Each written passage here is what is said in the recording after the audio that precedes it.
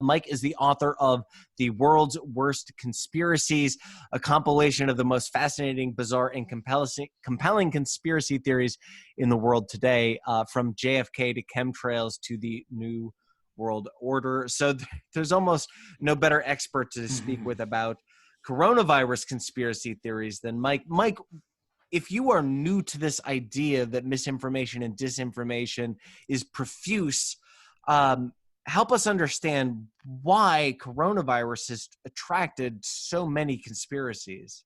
Sure. Conspiracy theories grow out of huge events that defy explanation. And there has been no huger event that has defied explanation in the last 20 years than the pandemic. It's everywhere. It's everything. Everyone is affected by it. It has left no one untouched. And it's really complicated. It's science, it's politics, it's math, it's epidemiology, it's sort of geopolitical stuff.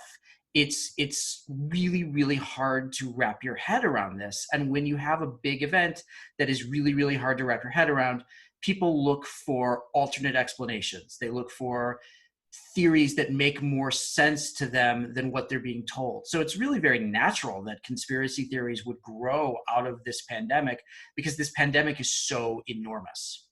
What is the difference between misinformation, disinformation, and a conspiracy theory? Sure. The misinformation is really more along the lines of an urban legend, just something that sort of gets passed around. People think it's true because it sounds true. There's really no harm intended with it. It's kind of just a piece of info that just isn't correct, but doesn't really hurt anybody.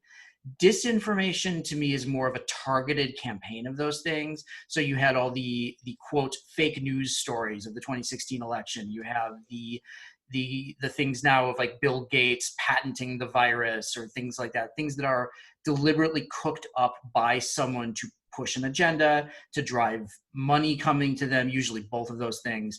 And a conspiracy theory is kind of a combination of those two things, where it's really an alternate explanation for an event that's going on right now.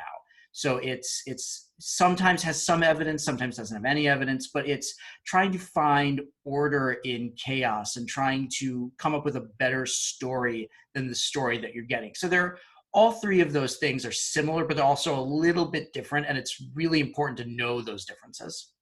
What is an example of one of the most prominent coronavirus conspiracy theories that is active right now? Oh, how much time do you have? Probably the biggest one, the one that's done the most harm, I would say, is the Bill Gates thing. That the conspiracy theory that Bill Gates patented the coronavirus strain that's going around right now, that Bill Gates is using his vast wealth to create vaccines that actually harm people, that Gates is trying to cull the world's population, and that Gates is trying to use a prospective coronavirus vaccine as either an instrument of genocide or an instrument of merely of tracking people and shipping them and keeping tabs on the whereabouts and the movements of the billions of useless eaters in the world. Who would propagate a conspiracy like this, and why? The people who would propagate a conspiracy about something like Bill Gates, definitely you've got the anti-vaccine contingent. These people have been on Bill Gates's trail for 10 years. They think he's some sort of secret genocidal madman, that he's using his vaccines to very, very slowly and inefficiently kill a lot of people in the developing world.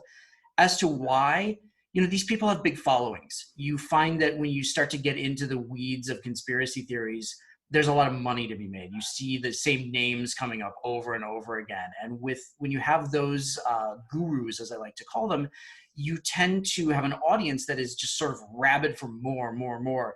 And you get more, website subscriptions, you get more YouTube ad revenue, downloads, podcast revenue by just sort of pumping out a stream of this stuff, of just endless churn of invisible enemies and silent conspiracies. And coronavirus is perfect for that because it is kind of an invisible enemy. So it totally makes sense that those things would merge. And the motivator is almost always money.